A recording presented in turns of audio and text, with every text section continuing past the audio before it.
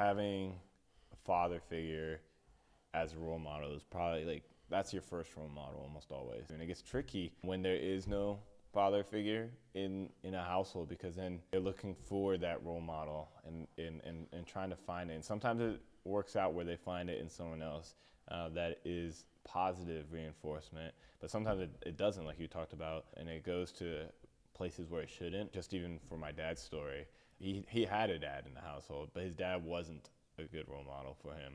And so he actually ended up finding a role model in his ninth grade PE teacher who was also his freshman football coach, Coach Jackson.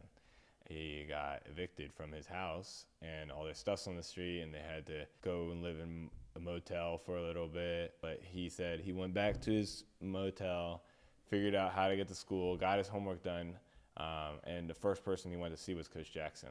Coach Jackson, he always says, like, Coach Jackson says, like, shed a tear and then you got to move on. You can't feel bad for yourself. You can't be a victim. And even through all the Alzheimer's, one of the names he remembered to the very end, like of remembering any names, was Coach Jackson. Yeah.